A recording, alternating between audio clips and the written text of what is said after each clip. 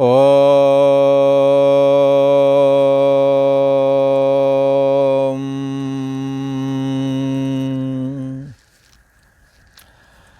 श्री योग वासिष्ठ के उत्पत्ति प्रकरण में श्री वशिष्ठ जी महाराज बोले, हे राम जी, जो असत्य को सत्य और सत्य को असत्य की नाई दिखाती है, असत्य को सत्य और सत्य को असत्य की नाई दिखाती है, बस उसी का नाम माया है। जो दिखाती है उसी का नाम माया है, यही माया कहाती है। शब्द स्पर्श रूप रस गंध का अनुभव करना ये कर्म है। जब आप इन विषयों की प्राप्ति करना चाहेंगे तो कुछ ना कुछ क्रिया करनी पड़ेगी। शब्द स्पर्श रूप रस गंध का अनुभव करना कर्म है, और जिससे शब्द स्पर्श रूप रस गंध होते हैं वह कर्ता कार्य कारण कहता है। वह कर्ता कैसा कहा जाता है? कार्य कारण कहता है। शुद्ध चेतन सत्य को कलना की नाई प्राप्त होता है। शुद्ध चेतन ये सत्य है, ये कलना की तरह अहम अस्मि, मनन कला, निश्चयात्मिका बुद्धि। कहते हैं कि शुद्ध चेतन सत्य को कलना की नाई प्राप्त होता है। कौन? शब्द स्पर्श रूप रसगंध। इसकी वजह से कलना हो जाती है, फुरना हो जाती है। शुद्ध चाहे पानी में कोई पत्थर फेंक दिया तो अब पानी लहरें उठ गईं। शुद्ध चैतन्य सत्ता जो बुद्धि देश का आश्रय और प्रकाशक है, जब उसमें अहम फुरता है, मन फुरता है तो मनन कला, बुद्धि फुरती है तो निश्चयात्मिका, अहम फुरता तो अहम अस्मि करके ये कलना, शब्द स्पर्श रूप रस गंध की कलना, उस जो स्फुरण जो हो रहा है इस वृत्ति को, ये है तो विपर पर लगता सही जैसा। इसका नाम है, ऐसी वृत्ति का नाम विपर वृत्ति है। तो जब ये जब विपर वृत्ति क्यों उठती है? क्योंकि सत्य में शुद्ध चैतन्य सत्ता, ऐसा जो सत्य है उसमें ये कलना प्राप्त होता है। कलना की नाई, जैसे सोने में आभूषण कुछ बना नहीं, आभूषण की नाई है, ऐसे ही कलना की नाई शुद्ध चेतन हो जाता है। उस फुरण वृत्ति को विपर कहते हैं। ऐसी जो वृत्ति उठती है इसका नाम है विपर, विपरीत, विपरीत वृत्ति। उससे जब संकल्प जाल उठता है, फिर तो संकल्प जाल उठ जाता। सबसे पहली फुरना तो अहम अस्मि है, और अहम अस्मि निश्चयात्मिका वृत्ति भी बैठी हुई है, और मनन कला भी बैठी हुई है, चिंतन भी बैठा हुआ है। इसलिए ये अहम में सब कुछ समाया हुआ है। इसमें जो कलना की नाई प्राप्त होता है, ये सब कलना की नाई शुद्ध चेतन में प्रकट हो जाता है, और उस फुरण वृत्ति को विपरीत वृत्ति भी कहते हैं। और उसी के कारण फिर संकल्प उठता है, अहम अस्मि, अहम अस्मि के बाद मनन कला, निश्चयात्मिका, ये सब उठने लगता है। जब ऐसी स्थिति बन जाती है, उस स्थिति का नाम ही जीव है। सोने जागने वाली ये चेतना है, ये जो चेतना है जिसमें ये मनन कला फुरती है, जिसमें निश्चयात्मिका फुरता है, वृत्ति फुरती है, चिंतन फुरता है, अहम अस्मि लगता है, बस इसी का नाम जीव कहते हैं, इसी को जीव कहते हैं। मन भी इसी का नाम है, इसी को मन भी बोलते हैं। चित्त भी इसी का नाम है, और बंधन भी इसी का नाम है। क्योंकि जब ये मन, ये चित्त विषयों में आसक्त होता है तो बंधन में कहा जाता है। जब विषय वासना से रहित बन जाता है तो मुक्ति निर्विषयम स्मृतम, मुक्ति के लिए तो फिर ये निर्विषय ही कहा गया है। मन जो निर्विषय हो गया समझ लो मुक्त हो गया।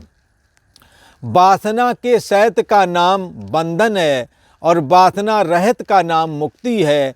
ऐसा इस ग्रंथ में जगह जगह आता है। हे राम जी, परमार्थ शुद्ध चित्त ही चैत्य के संयोग से और स्वरूप से बर्फ की नाई स्थित हुआ है। शुद्ध चेतन जो है ना परमार्थ सत शुद्ध चेतन, एक तो व्यवहारिक सत्य है, जैसा देखा सुना वो उसको वैसा कह दिया, बोले सत्य बोले। एक प्रातिभाषिक सत्य है स्वप्ने वाला, पर ये दोनों सत्य, ये दोनों जागृत अवस्था और स्वप्न अवस्था जिसके आश्रय से फुरता है उसको कहते हैं परमार्थ सत्य। परमार्थ शुद्ध चित्त ही चैत्य के संयोग से ऐसी स्थिति बन गई जैसे पानी बर्फ बन जाता है, स्वरूप से बर्फ की नाई स्थित हुआ है। परमार्थ शुद्ध चित्त ही चैत्य के संयोग से स्वरूप से बर्फ की नाई स्थित हुआ है। हे राम जी, हे भगवान, यह मन तो जड़ है। राम जी बोले, भगवान ये जो गुरु महाराज वशिष्ठ जी हैं उनसे बोले, क्या कह रहे हैं कि हे भगवान, ये मन तो जड़ है और किंबा ये चेतन भी कहा जाता है। यूँ तो हो, ये चैतन्य सत्ता से जब अपने को अलग कर लेता तो पेवर जड़ ही है, परंतु जब चैतन्य सत्ता इस पर प्रतिबिंबित होती है तो जड़ होते हुए भी चेतन सा दिखने लगता है। एक रूप मुझे तो ये भगवान राम ने पूछा हे अपने गुरु महाराज से कि हे भगवान, ये मन जड़ है कि चेतन, मुझसे ये बताइए, चाहे जड़ कह दो चाहे चेतन। वशिष्ठ जी महाराज कहते हैं जड़ और चेतन थोड़ी कहा जा सकता है, जड़ या चेतन अपनी मर्जी से नहीं बोलेंगे। चैतन्य आत्मा का प्रतिबिंब जब मन में पड़ता है तो मन जड़ रूप है, पर चैतन्य का, चेतन आत्मा का, शुद्ध चेतन का जब प्रतिबिंब पड़ता है तो वो चेतन हो जाता है। तो वशिष्ठ जी महाराज से राम जी पूछ रहे हैं कि मन जड़ नहीं और चेतन भी नहीं। वशिष्ठ जी महाराज कहते हैं राम जी से कि मन को जड़ भी नहीं कह सकते हैं और चेतन भी नहीं कह सकते हैं। अगर मन को जड़ कहें तो मन के जुड़े बगैर कोई इंद्रिय ही काम नहीं करती है। मनस्य अमनी भावे द्वैतम नैवोपलब्धते, यदि मन ना हो तो द्वैत रूप संसार भी नहीं दिखाई देगा। एक रूप मुझसे कहिए ऐसा राम जी जो तुम कहते हो, तो जब मन चैतन्य की समीपता प्राप्त करता है तो उस पर प्रतिबिंबित हो जाता है, मन पर चैतन्य सत्ता प्रतिबिंबित हो जाता है। तो मन और मन पर पड़ने वाला प्रतिबिंब, तो मन दो तरह का हो गया, जड़ और चेतन, एक भाग जड़ और एक भाग चेतन। परंतु जड़ और चेतन जब दोनों होते हैं तो उस स्थिति का नाम जीव कहलाता है, जीवात्मा कहता है। और जब जड़ भाव से रहित होकर के जानना पना मात्र बचता है, ऐसा जो मन का आश्रय प्रकाशक शुद्ध चेतन है, ऐसा रूप कैसा है, मन का चेतन कहता है। कहते जरूर हो राम जी की दोनों में से एक रूप बताओ, मन को जड़ कहें या चेतन। जिस मेरे को यदि आप बता दोगे तो मैं वैसा ही हृदय में धारण कर लूँगा, राम जी कह रहे हैं।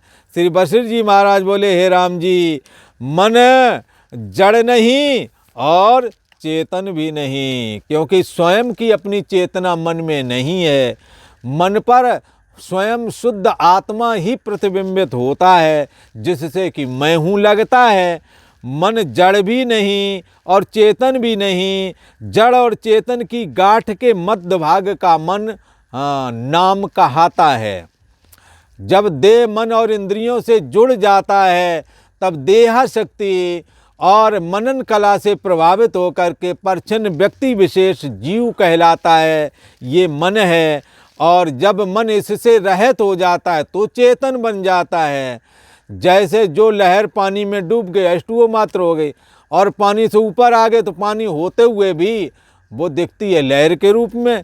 ऐसे ही मन की स्थिति है। मन जब विषयाशक्ति से रहित हो जाता है और फिर जो मन की स्थिति बनती है, वो चेतन है, जड़ मन से रहित है।